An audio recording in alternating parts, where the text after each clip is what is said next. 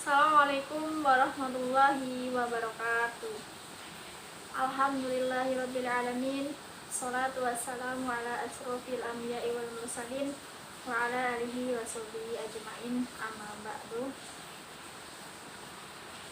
Uh, Puji syukur kehadirat Allah Subhanahu wa taala yang mana kita masih bisa bertatap muka meskipun secara online ya teman-teman. Alhamdulillah kita masih diberikan nikmat sehat dan semoga diberikan kelancaran selalu dalam aktivitasnya. Amin amin ya rabbal alamin. Salawat beserta salam tetap tercurah limpahkan kepada junjungan kita Nabi Agung Muhammad Sallallahu Alaihi Wasallam, yang mana beliau adalah satu-satunya Rasul yang telah membawa kita dari zaman gelap menuju zaman terang benderang, yakni dunia Islam.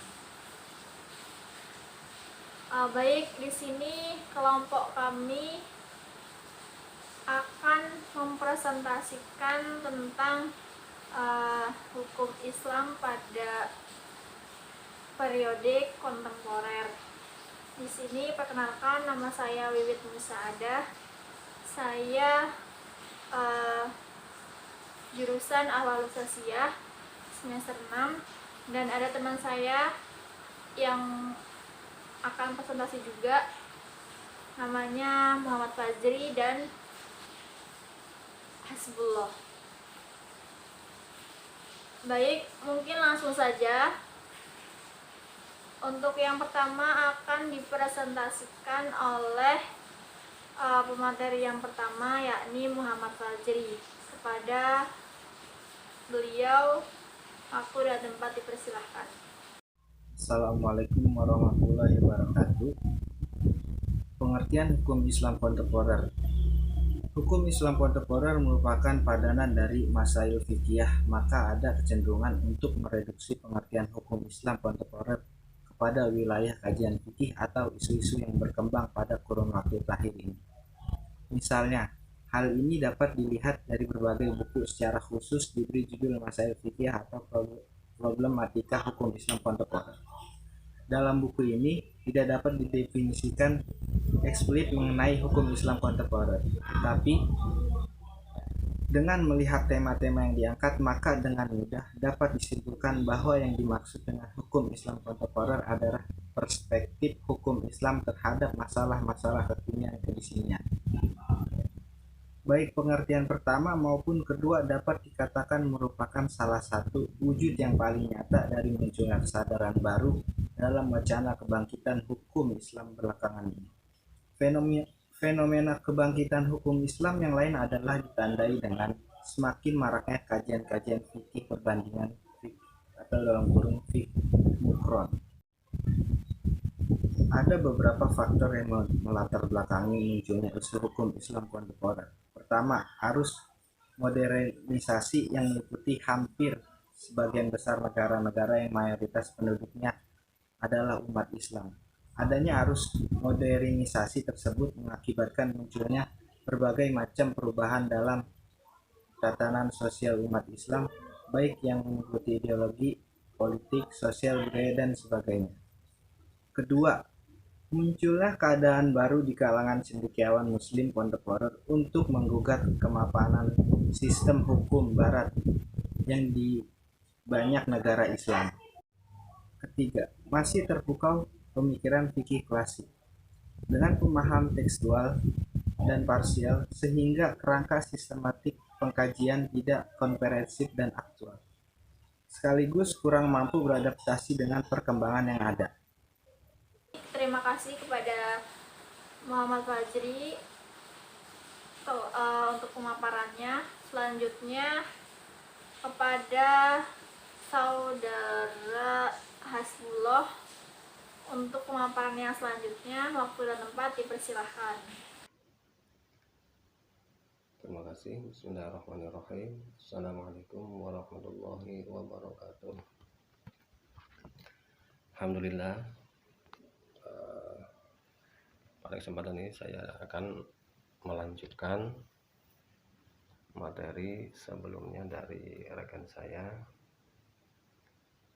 untuk memenuhi tugas UTS. Baik, untuk selanjutnya materi yakni objek kajian hukum Islam kontemporer. Dengan melihat muatan pembahasan dalam buku-buku masail fikih seperti misil-misil dan fatwa-fatwa kontemporer, maka kajian hukum Islam kontemporer itu dapat dikategorikan ke dalam beberapa aspek. Di antaranya aspek-aspek itu kurang lebih ada 8. Satu, aspek hukum keluarga, yang isinya hukum keluarga itu diantaranya pernikahan. Dalam pembahasan di Ahwal Syasya itu pernikahan, terus pembagian harta waris, terus perwakafan, dan KB. Banyak sekali hal-hal yang dibahas di dalam fikih kontemporer dalam aspek hukum keluarga. Yang kedua itu aspek ekonomi. Hal ini banyak terkait juga dengan penafsiran terhadap persoalan riba gitu, diantaranya riba dan pengelolaan modal zakat. Jadi pengelolaan atau pengelolaan modal zakat. Karena itu hukum Islam kontemporer selalu menyoroti masalah sistem bunga bank. Nah, karena banyak sekali orang berpersepsi gitu, di sini bunga itu seperti apa sih, ribanya di mana. Maka kontemporer dengan fikih kontemporer di situ dapat dijawab. Terus nyatanya selain itu kalau zakat mal, terus dan perpajakan, kredit, arisan, bahkan zakat profesi dan zakat produktif itu termasuk yang akan dijawab oleh fikih kontemporer dalam aspek ekonomi. Dan yang ketiga aspek pidana, apa masuk gitu, masuk pidana kontemporer juga bisa menjawab untuk aspek pidana. Fikih kontemporer biasanya pembahasan tentang aspek pidana di sini isu-isu HAM dan humanisme, agama atau hukum Islam kontemporer mencoba memberikan tafsiran baru terhadap masalah kisos, potong tangan. Dan kalau sekarang masalah kisos itu digunakan repot nanti malah. Hukum Islam dan sistem hukum nasional dan seterusnya kisos itu ya. Yang selanjutnya yang keempat ada juga pembahasan diantaranya kontemporer itu dikategorikan dalam aspek kewanitaan. Nah ini kewanitaan. Contoh di sini kewanitaan itu atau gender atau kewanitaan gaung dari mereka yang menyuarakan isu-isu gender cukup mendominasi pembahasan hukum Islam kontemporer. Nah di samping peran serta kalangan wanita dalam aktivitas-aktivitas yang dahulu dianggap sebagai wilayah laki-laki. Nah di sini karir diantaranya di sini tuh hukum Islam kontemporer telah terlihat banyak sekali menyoroti masalah busana muslimah, terus wanita karir, kepemimpinan wanita dan lain sebagainya. Insya itu muncullah dalam fikih kontemporer ini. Nah selanjutnya yang kelima itu aspeknya seperti aspek medis. Nah medis di sini termasuk perkembangan dalam ilmu kedokteran di situ banyak isu-isu yang menghiasi pembahasan masalah-masalah fikih yang kaitannya dengan masalah-masalah fikih di situ. Contoh lain di antara lain itu pencangkokan organ tubuh. Nah seperti itu. Terus donor darah itu itu masalah-masalah yang muskil sekali. Terus bedah mayat, alat-alat kontrasepsi, dan yang lain sebagainya. Maka itu insya Allah dan fikih kontemporer ini akan terjawab. Dan yang keenam ada aspek teknologi, selanjutnya aspek politik, aspek ibadah. Nah mungkin yang selanjutnya itu bisa dibahas di rekan saya selanjutnya. Dari berbagai persoalan yang dikaji dalam buku-buku masail fikih, jadi masalah-masalah kefikihan itu semakin menguatkan hipotesis tentang keterkaitan atau keteraturan dan keterkaitan fikih dengan konteks kehidupan yang nyata. Nah, fikih pada dasarnya bukanlah ilmu-ilmu teori. Itu apa sih ilmu teori itu? Ilmu-ilmu atau ulumul nadoriyah, ilmu teori. Tapi kalau fikih itu ya bidang garapannya adalah ketentuan-ketentuan yang berlaku positif atau ahkam amaliyah. Mungkin itu yang dapat kami sampaikan. Untuk selanjutnya ke pemateri yang dari rekan saya yang akan disampaikan oleh saudara atau rekan saya, saudara Miftah. Terima kasih kepada saudara Hasbullah atas pemaparannya. Untuk pemaparan yang ketiga akan dipaparkan oleh saya sendiri. Mungkin langsung saja. Oke, selanjutnya rekonstruksi metodologi hukum Islam kontemporer. Nah, untuk merekonstruksikan metodologi hukum Islam yang sistematis dan komprehensif dan mengoperasikannya, hal yang mendesak untuk dirumuskan dalam kaidah ini adalah pertama-tama kita harus memformulasikan tentang pendampingan Al-Quran terhadap dunia atau Welstanschauung. Jadi Welstanschauung ini akan menyangkut tentang Tuhan, hubungan Tuhan dengan manusia dan alam, serta perannya dalam sejarah manusia dengan masyarakat. Dengan menjernihkan pemahaman mengenai hakikat Tuhan, eksistensi manusia, atau memungkinkan sesuatu analisis sistematis terhadap ajaran-ajaran moral Al-Quran yang pada gilirannya akan menghasilkan etika Al-Quran.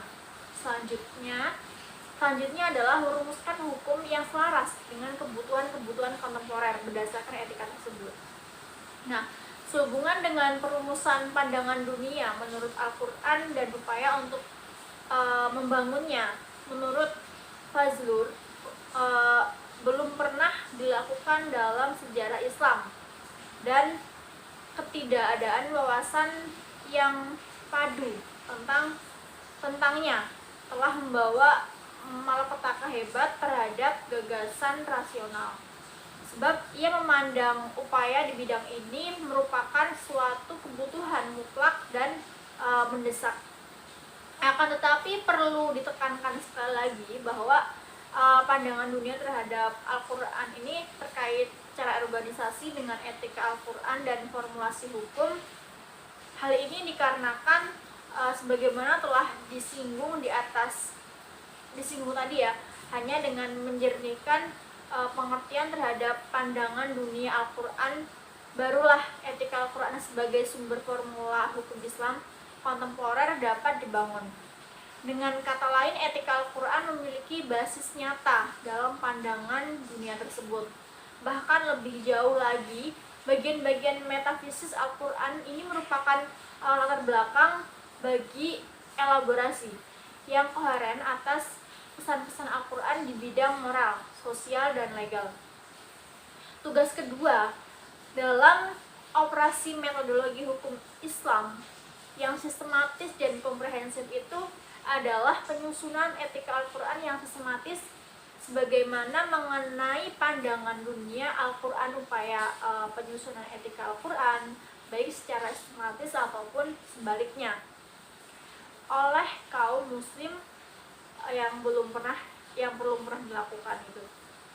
Ini merupakan esensi ajaran kitab suci tersebut ya, dan merupakan mata rantai penghubung yang penting antara teologi dan hukum.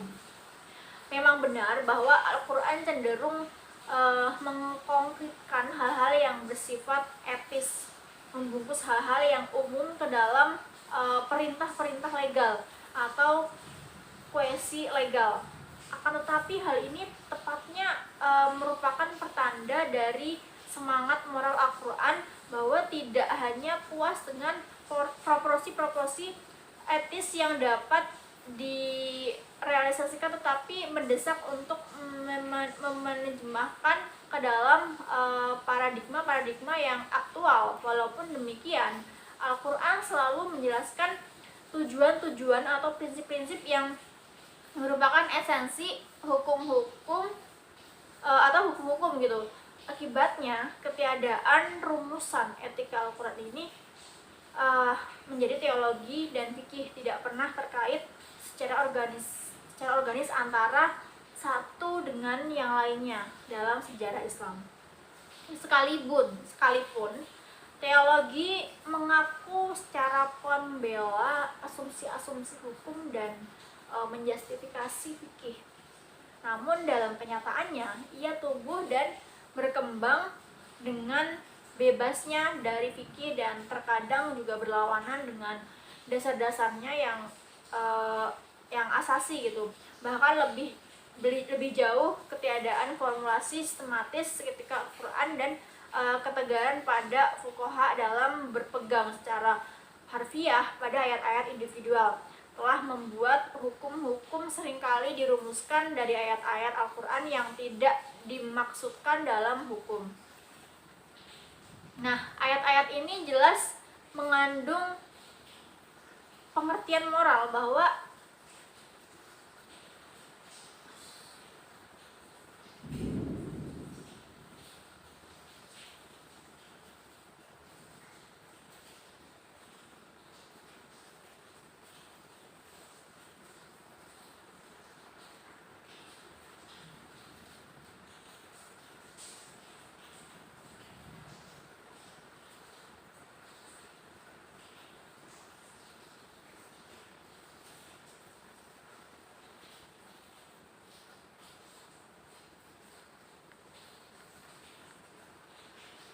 Nah, contoh adalah Quran surat 32 ayat 28 ya. Ayat-ayat ini jelas mengandung pengertian moral bahwa istri-istri Nabi seharusnya tidak menuntut harta benda duniawi. Akan tetapi para fuqaha mengartikan ayat-ayat tersebut bahwa seorang laki-laki sewaktu-waktu dapat memberi pilihan kepada istrinya apakah akan tetap hidup bersamanya atau bercerai darinya sebagai prosedur legal. Dari kasus semacam ini jelaslah menunjukkan perlunya dan segeranya penanganan nilai-nilai etika dalam Al-Quran secara terpisah. Kemudian merumuskan hukum berpijak pada etika tersebut dengan mempertimbangkan konteks kekinian. Dalam hubungan ini, 4 ilustrasi berikut ini tentang kisah poligami dan perbudakan serta konsumsi alkohol memperlihatkan bagaimana gerakan pertama di atas dari 2 langkah sebagaimana dikemukakan di muka dapat diperiksa sehubungan dengan kisos bahwa Al-Quran surat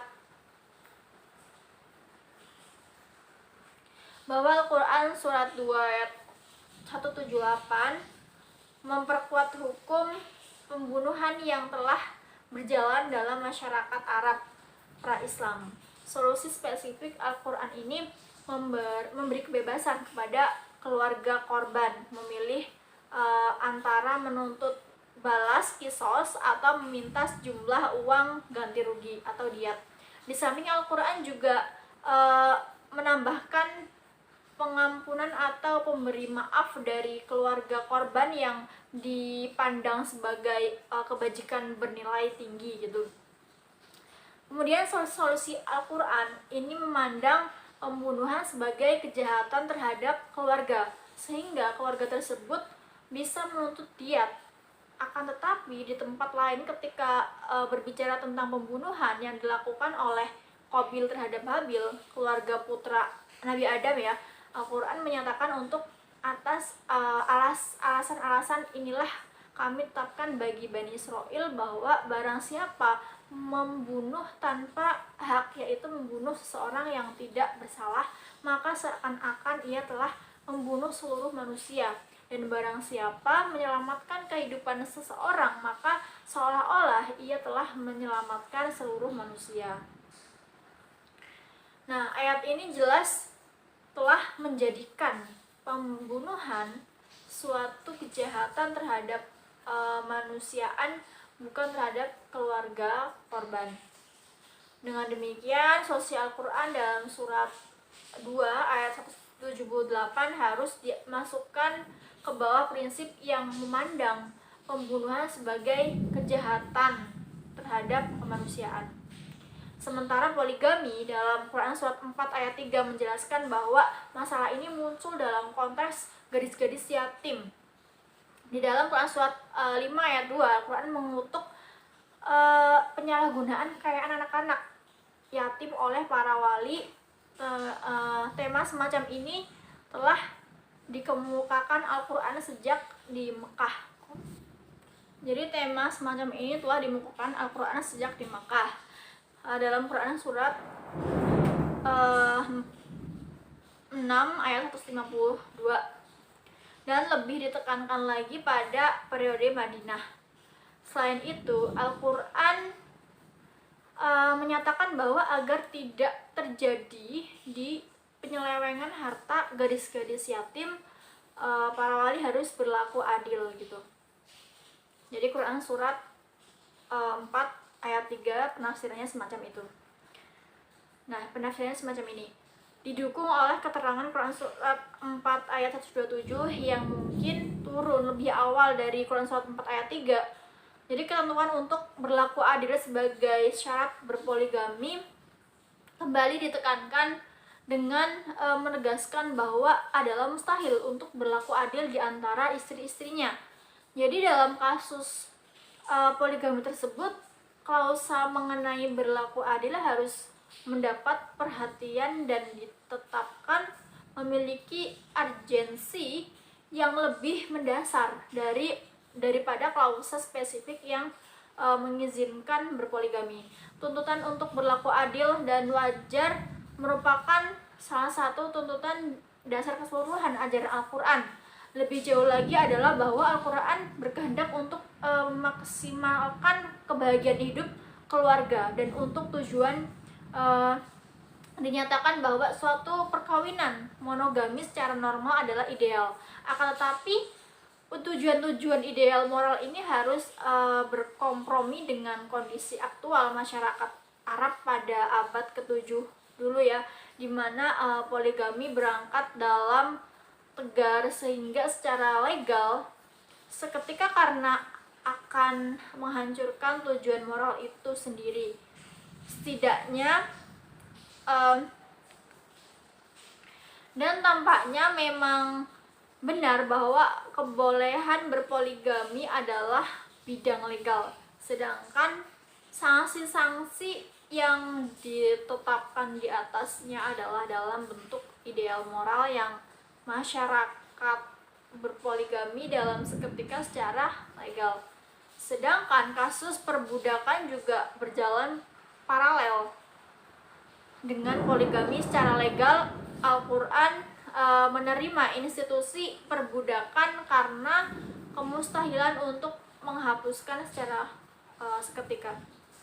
Akan tetapi secara moral Al-Quran menggalakkan pembebasan budak. Dalam Quran surat 13 ayat 13, dengan demikian tujuan Al-Quran dalam kasus perbudakan dihapuskan sama sekali. Ilustrasi terakhir adalah tentang gerakan pertama di atas, yaitu tentang pelarangan konsumsi alkohol. Dapat dijelaskan sebagai berikut. pada periode Makkah, Al-Quran menyebutkan alkohol sebagai salah satu ciptaan Tuhan bersama-sama dengan susu dan madu. Ketika kaum muslimin hijrah ke Madinah, diberi kabar bahwa terdapat sekelompok orang Umar bin Khattab yang diantara mereka yang menginginkan agar Al-Quran melarang mengkonsumsi alkohol. Dalam Quran surat 11 ayat 219. Setelah beberapa waktu, ada sebuah pesta diselenggarakan di rumah salah seorang Ansor. Beberapa orang Muslim mabuk. Nah, ketika salah seorang dari pemimpin salah satu malam, ia keliru membaca Al-Quran ini ketika peristiwa ini disampaikan kepada Nabi. Maka turunlah Quran surat 4 ayat 43. Nah, menurut laporan lain bahwa diadakannya pesta lain sejenis yang mana pada peristiwa ini terjadi baku hantam. Dikatakan bahwa hidangan Sa'ad bin Abi Waqqas patah peristiwa ini juga sampai kepada Nabi, dan turunlah ayat itu. Nah,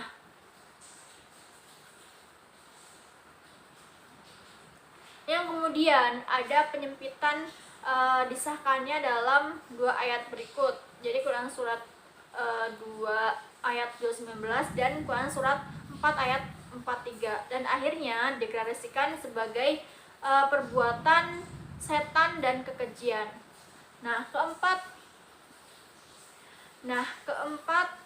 ilustrasi di atas ilustrasi tadi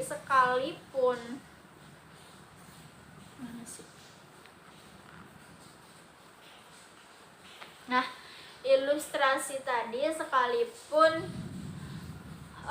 memberi pendekatan berbeda-beda, tetapi secara pasti dapat memberi gambaran yang sangat jelas mengenai aplikasi gerakan pertama metodologi hukum Islam sistematis yang berpijak pada konteks situasional dan koherensi. Koherensi Al-Quran dijadikan fondasi bagi seluruh pemikiran kaum Islam.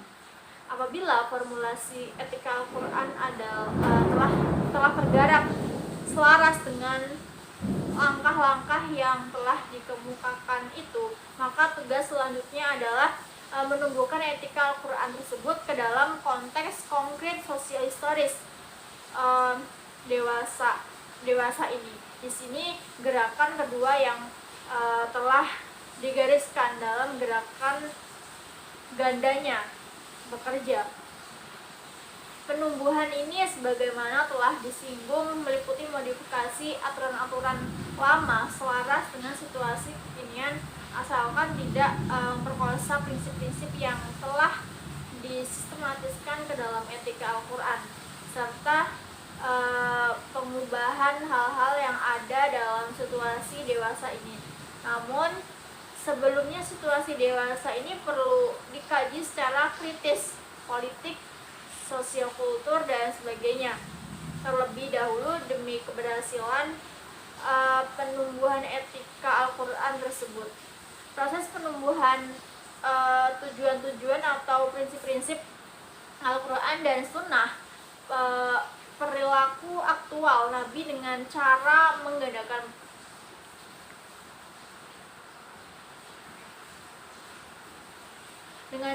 menggandakan terobosan aktual aturan-aturan lama atau mengubah sesuai situasi baru memerlukan formulasi metodologi yang sistematis dan komprehensif. Pertumbuhan ini akan mewujudkan maslahat kepentingan umum yang terkait secara organis dengan prinsip-prinsip yang telah dirumuskan dalam etika Al-Quran dan serta tidak lepas mengembang secara bebas dari nilai-nilai religius. Selanjutnya, bahwa dalam proses pertumbuhan itu perbedaan-perbedaan lingkungan regional negara-negara Islam memiliki hukum atau pranata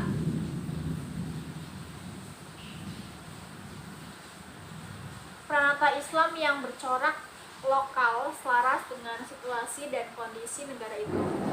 Dengan demikian, Indonesia memiliki dengan demikian Indonesia misalnya bisa saja memiliki hukum Islam atau fikih ala Indonesia. Demikian pula negara-negara Islam lainnya. Asal saja penumbuhan dalam bentuk hukum atau pranata lokal tersebut didasarkan pada etika Al-Quran. Dengan demikian jelas bahwa suatu rekonstruksi total masyarakat Islam pada abad ini hanyalah mungkin bila hukum Islam yang merupakan hasil ijtihad ditinjau kembali secara kritis dengan Al-Quran sebagai kriteria penilai, bahwa untuk menjurus ke arah itu pandangan dan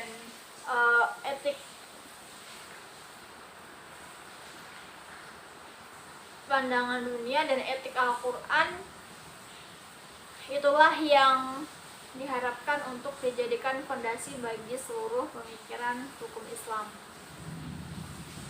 sebagai dasar teori tertata sosial politik umat dalam rangka membangun suatu dunia yang bermoral. Perlu ditekankan bahwa ijtihad merupakan kunci untuk menyesuaikan problem-problem yang dihadapi oleh umat sekarang dan mendatangkan ijtihad sebagaimana sumber ketiga ajaran Islam setelah Al-Quran dan hadis. Inilah yang membuat Islam sesuai dengan semua tempat dan zaman.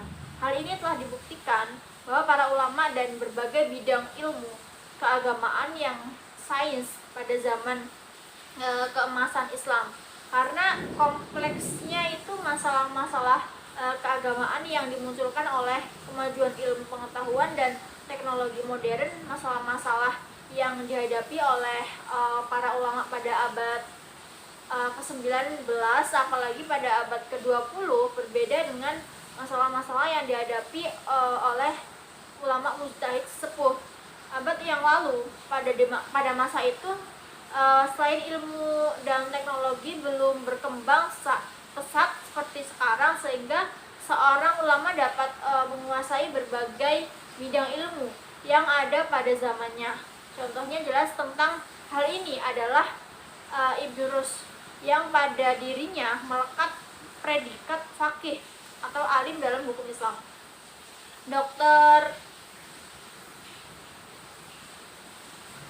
Hal ini menyebabkan seorang ulama yang menguasai berbagai bidang ilmu itu dapat secara individual melakukan ijtihad dengan baik untuk mendapatkan tenaga yang all-round. Artinya mengartikannya itu segala ilmu gitu, sangat sulit, sedang masalah-masalah baru selalu akan muncul. Sedangkan pada abad sekarang ini ilmu pengetahuan dan teknologi telah demikian berkembang sehingga tak mungkin lagi seorang ulama untuk menguasai berbagai bidang ilmu, dan spesialisasi pun telah berkembang pada berbagai cabang ilmu. Kemudian pengetahuan ulama banyak dibatasi oleh bidang spesialisasinya, sedangkan masalah-masalah yang dihadapi sedemikian kompleks dalam arti berbagai cabang ilmu berkaitan erat dengan masalah-masalah yang timbul. Misalnya masalah KB berkaitan erat dengan ilmu kependudukan, ilmu ekonomi, ilmu kedokteran, ilmu jiwa, dan ilmu lainnya. Samping itu tentu saja ilmu keagamaan seperti menetapkan hukum yang berasal dari bahan yang dibuat secara kimiawi tentu memerlukan penguraian ahli kimia. Contoh lain kalau yang dibahas untuk ditetapkan hukumnya itu berkenaan dengan masalah kedokteran, tentu memerlukan tenaga ahli ilmu pengetahuan kedokteran yang memberikan penjelasan sehingga masalahnya itu menjadi jelas, karena di zaman modern ijtihad individual tidak mampu lagi memecahkan masalah yang ada, dan yang sekarang diperlukan ialah lembaga ijtihad yang beranggotakan ulama dari berbagai disiplin, ilmu agama, ekonomi, politik, teknologi, kedokteran, hukum, dan sebagainya. Dengan demikian, satu masalah dapat ditinjau dari berbagai aspek sehingga tampaklah hakikat suatu masalah, dan cara menyelesaikan masalah itu pun dapat dipikirkan bersama. Dengan kata lain, karena masalah kehidupan bermasyarakat dewasa ini makin kompleks, maka pemecahannya makin memerlukan partisipasi dari banyak tenaga ahli, sehingga amat sukar seorang tenaga ahli dapat menemukan pemecahan atas persoalan-persoalan masyarakat tanpa bersama-sama dengan tenaga ahlinya. Karena itu, ijtihad dalam hukum Islam harus dilakukan secara jama'i, kolektif, tidak secara fardi atau secara perorangan gitu. Ijtihad jama'i bila didukung dengan fasilitas-fasilitas kenegaraan tanpa mengurangi kebebasan para mujtahid akan lebih berhasil. Dari uraian tadi dapat dijelaskan di zaman kemajuan ilmu pengetahuan dan teknologi ini, ijtihad individual tidak berlaku lagi. Bahkan ijtihad kelompok ulama agama pun tidak akan bisa bias menyelesaikan dengan baik masalah zaman ini dan zaman-zaman selanjutnya. Pada masa-masa akhir ini ramai dibicarakan tentang ijtihad kolektif, terutama di kalangan para penulis di bidang fikih. Menurut Nadiyah Syarif, sebenarnya ijtihad kolektif sudah dilaksanakan dalam bentuk pertemuan-pertemuan ulama sedunia, seperti yang diadakannya oleh Majma' al-Buhus al-Islamiyah di Kairo, dan pertemuan serupa dihadiri oleh ulama di bidang sains sebagai penasihat dan juga anggota. Sebab putusan bersama dari para anggota yang berbeda bidang keahliannya itu lebih mendekati kebenaran dan lebih kuat daripada putusan yang diambil secara sendiri-sendiri oleh anggota-anggota yang memiliki satu bidang keahlian.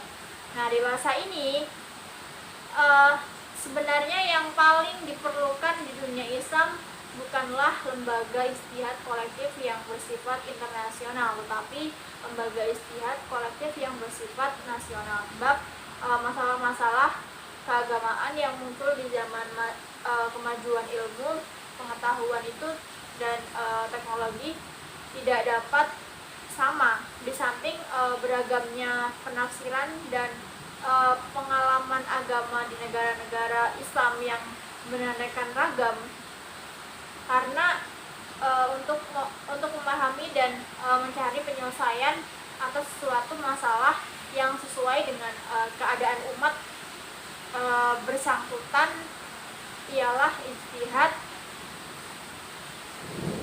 ijtihad kolektif masing-masing dari masing-masing negara.